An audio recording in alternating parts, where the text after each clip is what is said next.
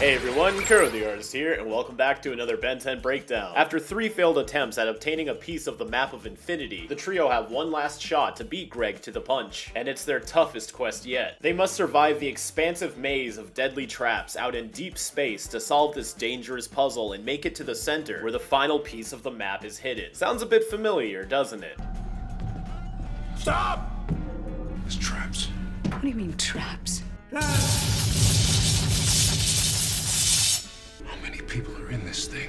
The whole episode is based off the 1997 film Cube, an independent science fiction horror film about a group of strangers trapped together in a similar situation. We have about 3 days without food and water before we're too weak to move. Part of the reason this film was conceived was the idea to build an entire movie around one set, as even though story-wise the characters are always moving to countless rooms, the actors are actually always using the exact same set, although with subtle alterations such as lighting and the traps. Believe it or not, I actually saw Cube years before I saw the Ben 10 episode, so it came as a huge shock to me when I understood what I was watching when the Perplexohedron episode aired. Never in my life would I have expected to understand this reference, or the fact that Ben 10 would pay homage to this in the first place. The cube on the poster even looks exactly like the Perplexohedron, although there are many notable differences between the two. In Cube, the rooms are much smaller, and the traps are much more brutal, while in Ben 10, the trio intentionally heads to the Perplexohedron. The victims of the cube are put in there against their will. Does anybody remember how they got here? Why would they throw innocent people in here? Are we being punished? So not only do they have to figure out how to move throughout the cube, but why they are there in the first place. The characters have to use creative solutions to navigate through the cube, but I don't want to spoil the whole film in case anyone's actually interested in watching this. And if you watch it and like it, there's 2 sequels to look forward to. Anyways, if this is your first breakdown and you're curious about how my rating system works, there's a detailed description down below, along with a link to all my previous breakdowns, but by all means, watch this one first. I'm sure you'll still enjoy it. Also, if you haven't yet heard, the new episode of And Beyond will be about Ledger Domain, and you can get over a year's worth of updates on this episode once you join our Patreon, as we've already been uploading about this for quite some time. And I'll tell you what, I'll make a deal with you. If we can get 225 patrons by the end of next week, I'll upload the first 2 minutes as a tier 1 reward, which only costs $1. Now, on to the episode. Brian Swenlin starts his short tenure writing for Ben 10 with the Ultimate Alien episode Perplexohedron, which first premiered November 5th, 2010. The last piece of the map of infinity is hidden in deep space inside the Perplexohedron, and the trio and Greg have to race to solve the puzzle in order to tip the scales in their favor. Oh, we pick it right back up from where the last episode ended. It's cool when we see this happen outside of 2-parters. Loving the episode connectivity. Agrigor has 3 pieces of the map of infinity. Which is crazy. He keeps getting the upper hand, except in Deep where he kind of just let him go. I don't know, I feel like they really dropped the ball on Deep. But the other 2 scenarios, I guess. Maybe we can learn something from our losses. Alright, starting off with a solid idea. I only expect to live another 3,000 years. I don't have time to wait for you to learn something. The evolution of sassy Azimuth. I swear, every time he shows up, he's just even more and more upset with the trio. You failed to stop Agrigor. Does he know that because he watches Ben through the Ultimatrix? Sort of like the Soto pop-up trivia fact? Or did Paradox tell him? Because it seems like Paradox tells Azimuth the future a couple of times. This little design right here is pretty cool. Seems like a coloring error, though. Forge of creation. Which you still won't tell us anything about. It is beyond your comprehension. Maybe like the literal explanation of the plane's existence, sure. But he could at least say, this is where Alien X comes from, and they'd probably get the gist. I bet I could project you on the wall. Well, he can. Pay attention, this is important. You're yelling at us and telling us how stupid we are. It's not helping us find Agrigor, so it's not important. Technically true. This is one of those rare scenarios where Ben can successfully clap back at Azimuth and be right. You absolutely correct. And Azimuth is humble enough to accept it. How do we find Agrigor? And he's been projecting this hologram for a bit. Can you imagine just having to hold your arm like this for however long? No wonder he's trying to project him on the wall. It's in a location designed to protect it from all who are unworthy. You know, for the series, it would probably be a lot more boring if this was true. But why isn't all 4 map pieces kept in a different Perplexohedron in different galaxies in the universe or something? Because the Perplexohedron seems to be the best defense for protecting the map piece, so why only 1 piece? Each piece should have their own cube, right? The Perplexohedron. A hologram within a hologram. Ain't that something? It would probably be handy if Azimuth gave them some teleporting technology too, so it wouldn't always be on Gwen. And he teleported the ship. Finding it's no problem.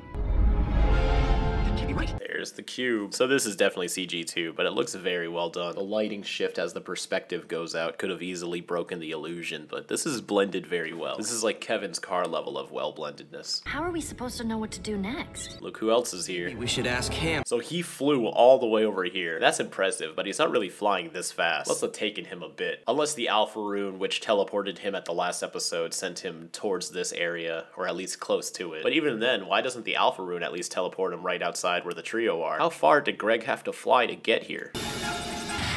Always with the missiles. If you have a big ship or a robot suit in Ben 10, it's gotta be able to shoot missiles. Force field. Now whose power is this? I want to say Rad's, but forming constructs might be another hybrid power if we're gonna go with that theory being true. Man, this is cool. Big ol' laser shooting out. Yeah, these are straight up constructs, almost like Gwen's power. Greg's looking mad thin right here. Whose powers do you think this is? Is this really just Rad? It's colored like him. Pretty awesome though, not gonna lie. You cannot deny me. Behold! Was he just keeping that in his fist the whole time? It's gotta be exhausting. There's a yellow aura around it, as if there's some type of telekinetic force keeping it in his palm. Maybe you can make it appear and disappear if it retains the properties of the pieces that it came from, like the Alpha Rune. So I'm still not sure if there's a specific order you have to go in order to get these pieces, but regardless, at least the Perplexohedron needs to be done last, because showing it the 3 previous pieces is what allows him to enter. And a second identifier. None of these cubes really line up with the cubes behind it though. Kind of just placed on there. We got red lights, blue lights, and now green, allowing the cube to open up. Already, I just like this design. It's so simple, but it's like satisfying. All the different shapes and whatnot. Yeah, okay, so he just grabs back onto the piece, and I guess it just like disappears in his hand. That's gotta be like a magic enchantment or something. At least I'm just gonna say it is so I can cope. That's a tight squeeze. They're doing it. But the ship's all screwed up. Now this is pretty interesting. All the parts of the cube wall protruding in different areas. Even right here, looks like another little hallway. Whereas in the film this is based off of, each room is probably like maybe the size of this right here. Or even this. Like if you're taking into account the size of the people in the ship compared to here, honestly even smaller. Like those rooms are really small in Cube. If a person in the ship is like maybe half the size of this mouse, oh man, even smaller honestly. Yeah, so now it's like if a person in the ship is the size of my mouse right here, and we line it up to this cube, that seems about right. So in the film, literally one of these sections right here is as big as the room as they're gonna get, whereas here, you can fit a whole ship in it with room to spare. This is all animated very nicely though. That's a very amusing face. He just pukes right on the floor. Kevin's gonna have to clean that up later. That's a weird transition. I've seen enough wipe transitions in the show to just accept that they happen, but this is a top to bottom overlap. There's his little Kevin toolbox shown again. First scene in Too Hot to Handle. I'm thinking here. It's the only hatch in the landing bay. The patterns on the wall remind me of the ghost portal in Danny Phantom. Yeah, these doors are gigantic. In Cube, they have to crawl through these little, maybe like 2.5 foot by 2.5 foot cube holes. Can't get a good read on Agrigor. It's gotta be a Cube defense mechanism, because she was able to sense Greg throughout the entire planet of Piscus earlier. It could be Agrigor. I'm definitely sensing him on this planet. Keep going. He's down deep. He's inside the planet's solid core. Hey, it's the drop shadow for absorbing. Also, normally it bothers me whenever Kevin absorbs a material and ends up a different color as the source. But here, I think it's important he's slightly darker so that he doesn't blend in too much with the background. Because if he was the same shade as white as all of these walls, it'd make him very hard to look at. That's handy. Another difference there is in Cube, they have to open it using these little turning hatches, and then the door pops out and slides down. Oh, this room is much smaller than that first one, looking like it's about 3 by 3. So it's probably just the entrance that is this large. But here's another 3 by 3 example. So different sized rooms in the Perplexohedron too. Nothing. Sorry. I love the little tech patterns in between the cracks too. Maybe we should split up, cover more ground. Absolutely not, Ben. Are you serious? This is cool though. Cube just had a bunch of different traps and whatnot, but in Ben 10 they can go a little weird with it and give it gravity differences. Now they're at a diagonal angle. This might be just for dramatic effect though. I can't imagine in order for the cubes to line up correctly, one of the rooms would be slightly like this, you know? This door lifts up kind of like a garage door, whereas before the doors would open from a center point and 4 panels going to each corner. We're getting nowhere. And again, this room is at a angle that doesn't line up with the 90-degree slots of the cube. Or maybe it can work like that? There'd have to be a lot of blank space in between the inside of the perplexahedron, because if the cubes were tightly packed, they couldn't exist at all these angles. Back to the ship and see if we can track Agrigor with our sensors. Should have tried that in the first place, man. This was definitely the door to the hangar. Are you sure? Ben's always sure about that kind of stuff. Being sure doesn't mean being correct, though. The rooms are moving? Oh, this is a weird frame right here. I wonder if she has to concentrate on keeping these there. Pretty smart thinking, Ben. You know, aside from letting Greg escape, Ben's a lot smarter in Season 2 of Ultimate Alien than he was in Season 1. He's more tactical, he's a little bit more wrathful, and he's a lot funnier too. I'm thinking I like this characterization of Ben the most so far out of what we've seen. Maybe even more than Alien Force Season 1 and 2. 'Cause not only has he earned his confidence, but he's humbled out a little bit. But also in the movie Cube, the rooms moving is like purely mechanical, so they would literally hear the rooms shifting about.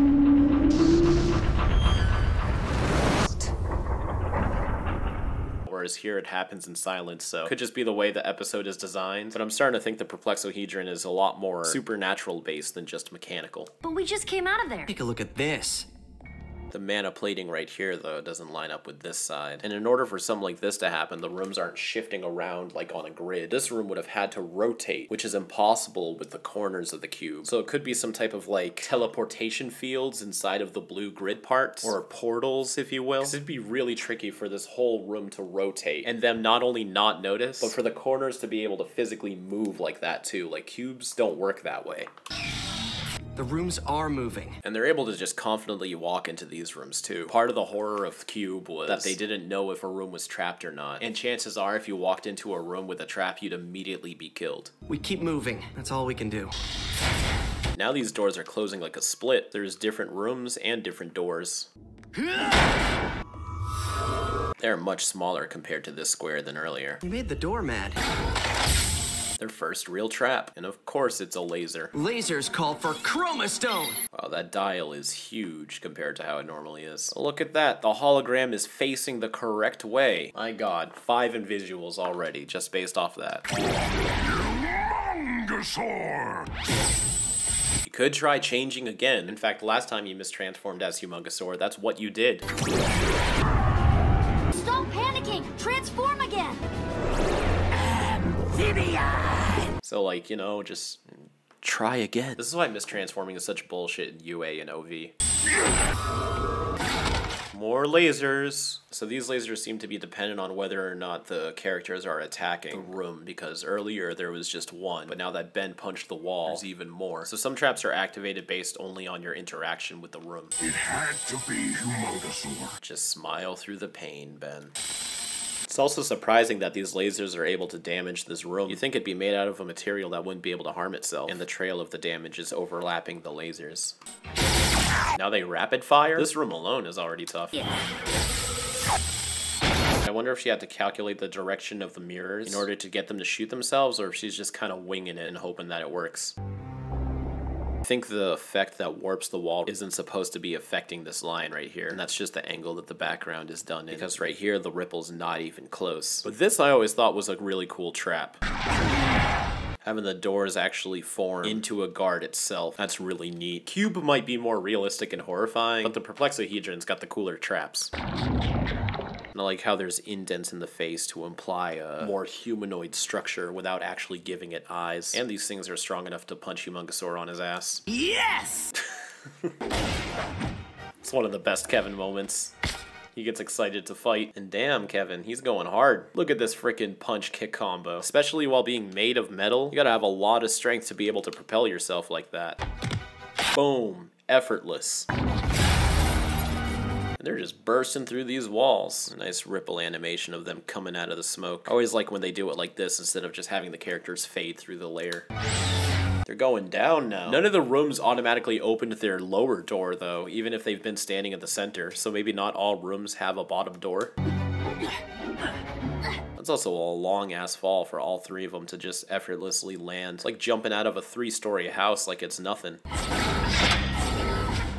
These things are pretty cool. The way the blades are shaped on the wall kind of reminds me of the patterns on the wall in Cube. Maybe that's a reference or just a coincidence.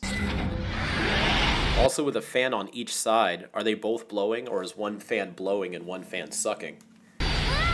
crazy finger strength there, Ben. Wonder what all these particles flying through the air are, though. The wind's strong enough to rip off the plating on the walls. Oh, that thing just let her through. I guess it didn't even want to kill her. Just separate them. Them too, they're falling through a different door. But this one's opened up in the middle instead of on the bottom, like most doors. But even so, the door opened up on the edge, whereas over here they fall through the center. So these cubes just are mismatched and put together pretty much anyway now. Gwen! And of course they just have the power to jump up like that. Look at this. Ben could be like outside your house and jump onto the roof in one go. Wakey wakey. Kevin? Man, I'd hate to be by myself in this thing. More traps. Wow, a trap and a guard. This one must have spawned from the ceiling door. Whoa, what? This thing is cool. It's just an amorphous blob of mana. Although these frames don't line up exactly as they should. But in motion, it's like unnoticeable. Turbo! And Turbo, her favorite spell, that always does something different every time. And now these things are brittle enough for her foot to shatter them. Oh shit. Egregore. So, no plan, really. Water filling up too. Yeah, Cube didn't have these crazy creative kind of traps. They're always just like instant death. Ripjaws! This was a really neat surprise to first time watchers. And you know, I do love OG Ripjaws a lot more, but I'm alright with this design. I think the lips kind of ruin it for me. Like if Ripjaws had the outer brim of teeth, I'd be fine with all the other features. Like the eyes, the big old claws. Chest plating, a lot of aliens have that, so you know, we could do without it. I don't know, it's not a terrible design, but it's definitely inferior to classic and OV's Ripjaws. I like his tail too. You don't get to hear what he sounds like though. And we don't get to see his legs. I was expecting the water to flow down and you'd see what his legs look like. Now, I've seen some comments of people saying they wish Ripjaws appeared in Deep, and I can agree to that, but I also feel like just throwing him into this episode unexpectedly was pretty cool as well. So what do y'all think? Should Ripjaws have showed up in Deep, or are you fine with him being here? Let me know down in the comments. And either way, what would you have wanted Ripjaws to sound like in UA? Still don't know where Gwen is. She can take care of herself. I'm loving the confidence he has in Gwen. They don't feel immediately pressed to protect her. They're like, she'll be fine. Sometimes it's hard to believe you're that same little kid who used to try and kill me every week. Facts. But after we've been with Kevin for this long, I feel like it's more believable. In fact, at this point, it's almost like classic Kevin is more unlike the Kevin that we know. Whereas it's starting to feel like this is the default Kevin and classic Kevin is the exception, rather than classic Kevin being the standard and this one being the weird one. He does have the advantage of appearing in more episodes. Like, that's just a perk of the longevity of the show. But I do like Kevin as a good guy. I feel like he works best as like a person trying to be a hero but with a lot of issues. Well, you probably had it coming. And he's more hilarious this way too. Now you're like the big brother I never had. It's cool to hear them talk about it too, and them really like dive a little bit deep into their relationship. They kind of touched on it in Dupe, but it was only a fraction of Ben's personality. But now they're really trying to break down who they are to each other, and I think it's long overdue. We need more moments like this for the characters. I like the Kevin that Gwen sees when she looks at me. I think that's a very important line for Kevin too. Rather than it coming from Kevin having an ideal version of him and trying to project that onto others, he sees who people see him as and doesn't want to let them down and meet their expectations. You gave me another chance, even after I messed up all those other ones. That he did. Kevin did join the team pretty early on in Alien Force, but he did slip up quite a few times. I owe you guys for changing my life. It's also important to have this conversation too, to help set up some reflections for absolute power. God, I can't wait to get to the Ultimate Kevin arc. That's acid! And it's burning through the floor. Also, this room is gigantic. More spider monkey. Why not? Although he did come in handy here. Not even worth the bother. Wow, way to throw some shade there, Greg. He's too good. So he starts without shadows, and then the shadows start wrapping around him as he walks. I have a feeling just because of the way the shadows are building on him around him, that he's supposed to be behind the smoke, like this, but it's supposed to last a little longer, and the shadows wrapping around him is him pushing through the smoke. Like, see, look at the way they form around these legs, too. Different weather, too. Perplexohedron's pretty awesome. See, this could be either snow machines or actual enchantments and whatnot. Is the Perplexohedron more magic or technology? It's hard to tell. He's immune to mana, Gwen. Oh, shit. So when she freezes, her mouth is open, but then when we come back from commercial break, it's closed. This ice melting and breaking away looks very nice. I love how it's complemented by steam rising up from the heat. Gwen! He's trying to say he really likes you. You can see Swampfire's head is a little bit higher than it's supposed to be on this neck. The animation in this episode is great, but the layering doesn't seem as precise. Aww. Why don't you guys get a room? Stop ruining their moments, Ben. God.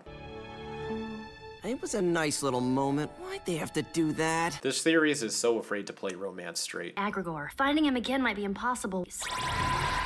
Kevin like gets freaked out by Ben transforming. I do like the lighting difference though. There's a pattern. This place lets us go anywhere we want. But then I realized, what does a death trap need with guards? Yes, so perceptive. Ben is so smart in season 2. See, he can be lighthearted and goofy without being stupid. That's what I feel like a lot of writers struggle with when writing Ben. They're like, oh, we need some humor here. Let's just make Ben do something stupid. It doesn't have to be that way though. The guards only appear when you're going where you're not allowed to be. Only go through the doors when the guards appear. So it's a good plan, but the doors that don't open for them, they're forcing open anyways with brute force. So I guess it's kind of expected that you need some type of supernatural or alien powers to survive the perplexohedron. Because if you were just an ordinary traveler, even if you figured these things out, how would you be able to force open the doors in order to fight the guards? Perhaps that's why Greg needed to absorb the Andromeda 5, because all their powers are helping him counter the traps of the perplexohedron.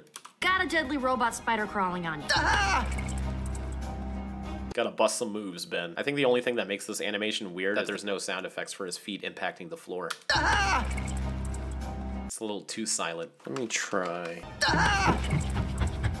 Okay, maybe I chose the wrong sound effect based on the texture of the floor he's stepping on. But you can see where I'm going at least. Just needs that extra bit of audio to complement the animation. Because without it, it just looks weird. The spider room was like 10 rooms ago. Must have been in here for a bit by now. At least a few hours.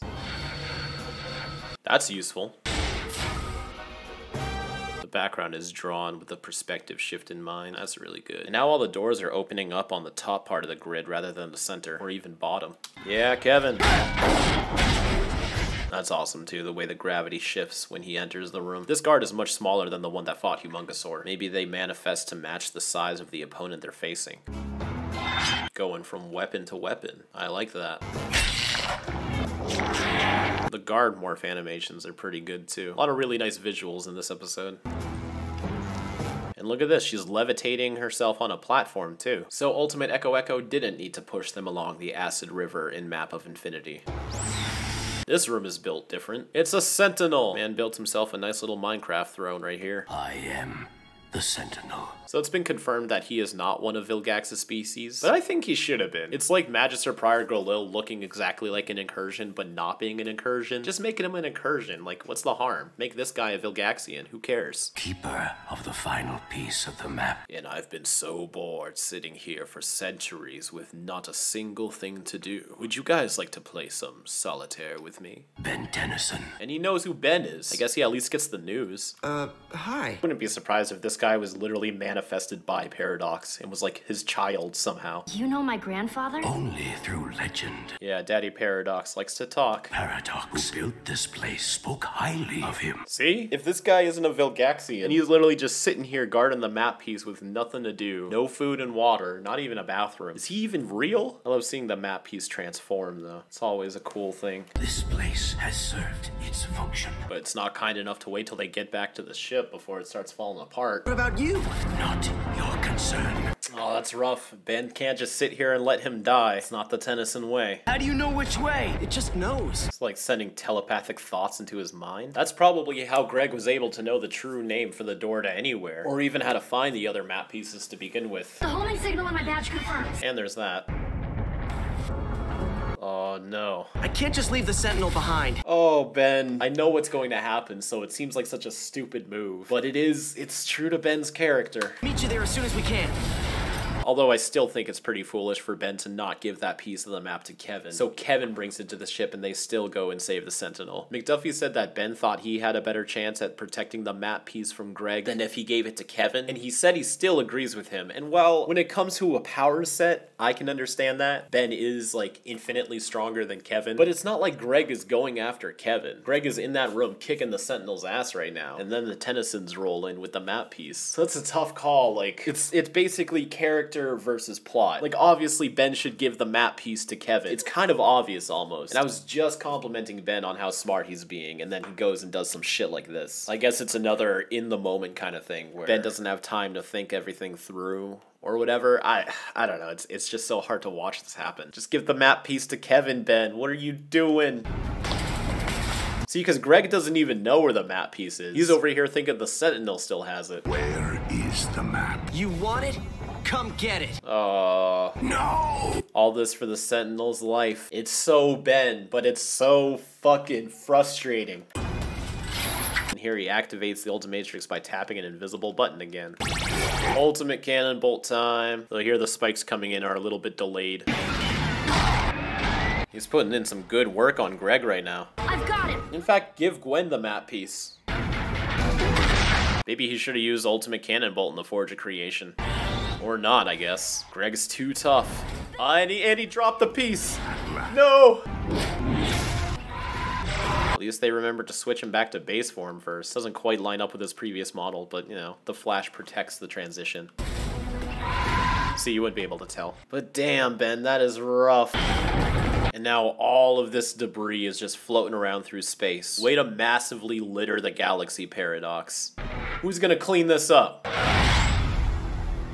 It was the map you were meant to save, not me. And it sucks for Ben too that like he succeeded in saving him and this guy's pissed. I honestly kind of would be too. Like in his perspective, he's been waiting there for God knows how long, making sure this piece is safe, and then Ben comes in. Greg gets away with the piece, and now all that time he spent protecting it is just for nothing. Oh man, really sucks to be the Sentinel. My whole purpose was to protect that map. His whole purpose. So like, did Paradox make this guy? I'm sure I'm taking that too literally. I can't believe like someone's really just been sitting there for centuries. Like, where did this guy come from? We don't even know his name. And now he's gonna die. Let's see, name generator. Huh, this is kind of cool. Let's say character name. Oh man, this is like a whole thing. Let's just go one right off the bat. One name. He's a dude, probably. He's a sentinel. He's kind of like a king though. He had a crown. Lord? Yeah, let's go with Lord. He's a virtuous person. Give me a suggestion. He was born in frickin', I don't know, 1623. British. He's not really that British, but I don't know. That just sounds right. His parents, let's see. Daddy Paradox is American. Or doesn't know, it doesn't matter. Yeah, let's do that. Religious background. Well, he's an alien, so he knows all of these Earth religions aren't accurate to the grand scheme of the universe, so go agnostic. Popularity? Nobody knows who he is. Given name? Oh, man. Fuck all of this. Let's just do it. Lord Laurelin Rose? I keep refreshing and that's it. Alright, this guy's name is Lord Laurelin Rose. Works for me. All is lost. Oh, Laurelin dies cursing Ben's decision. This just sucks for everybody right now. I did what you thought was right. That he did. But so far, in all of Ultimate Alien, every single time Ben thinks he did something right, it ended up leading Greg to succeed. I'll get to this when it's more relevant, but honestly, this is why I feel like Ben starting to rage out and try to kill Kevin is justified. Because every single time he tries to do something heroic, it fails. So when Kevin eventually turns against them, especially after the great bond that they've had, he's probably just like, fuck it, I'm just gonna kill him. Because that seems to be the only thing that works around here. Because if Ben really was unsympathetic and just let the Sentinel die, they would have succeeded. They would have won. Hell, if Gwen didn't stop Humongosaur from beating the shit out of Greg, maybe eventually Ben would find a way to get an upper hand and stop Greg right then and there. But I'm getting ahead of myself. I want to save a lot of these points for when I actually review the Ultimate Kevin arc. You'd never leave anyone behind. That's not who you are. That's what makes you a hero, Ben. But is being a hero enough? But we're not gonna lose the war. We honor the Sentinel. We stop Agrigor. Yes. Man, UA Season 2 really knows how to hype up the plotline. Does it stick the landing? We'll get to there. But aside from Reflected Glory and Deep, this season's a banger so far. Alright, let's cut to the chase. This episode's another one that's in line with video games and where the magic happens. I think this episode deserves a 5 in a plot because it does do a great job with its premise and executes it very nicely. See, the thing about these episodes lately is usually Ben 10 makes a choice where it makes the episode either about the plotline and exhausts that concept until it runs it dry halfway through the episode, or it tries to make a character-centered story and just has some random plot to weave it all together. But lately, Ultimate Alien has been balancing both character and plot-driven stories and weaving them together pretty flawlessly. But with that being said, I'm still only going to give the plot a 4, just because when it comes down to it, this is all just another piece of obtaining the Map of Infinity puzzle, and I think this one's a little bit weaker than where the magic happens. It doesn't have the stronger overall narrative to thread it all together, so it's not quite as balanced as the previous examples, Video Games and Charmcaster's episode, but it's still enough to be a great ride. I think if you watch the film Q and you think about what would it be like for superheroes to have to go through an elaborate trap like this, I feel like this is a great elaboration on that premise. Even if you've never seen or even heard of Q before, this is still a pretty great episode, and I like that they were able to recognize the patterns of the guards versus the trap. That's something that Cube doesn't have, and I think that's an interesting solution on how to beat the Perplexahedron. But again, I wish we got more Greg. We did get him a little bit more than we've gotten him in the last couple of episodes, but still, for the overall villain, he's barely in any of the episodes. And when spending season 1 having the whole premise of him combining all 5 powers to become an ultra powerful being, I still think we've yet to get that payoff. Like, we've seen him use all 5 powers, yeah, so he's checked off the list, but I guess I just expected more from it, you know? And I'd love to know how Paradox built the Perplexahedron too, because we know he can teleport things and he's incredibly smart, but can he just straight up create matter? Like, did he just snap his fingers and spawn the Perplexahedron, or did he have to like gather all the materials, create a blueprint, hire a crew to help build it? All those questions are irrelevant to the plot, and that's not why I'm talking it down, but it gets you thinking, doesn't it? Anyways, yeah, this episode was as great as it could have been, and I feel like my breakdown helps shines a lot of light on the good inside of the episode, but overall, just watching it straightforward through as a fan, it just doesn't quite hit the heights that it has to in order to get a 5 in a plot. Characterization though, that definitely gets a 5. I hardly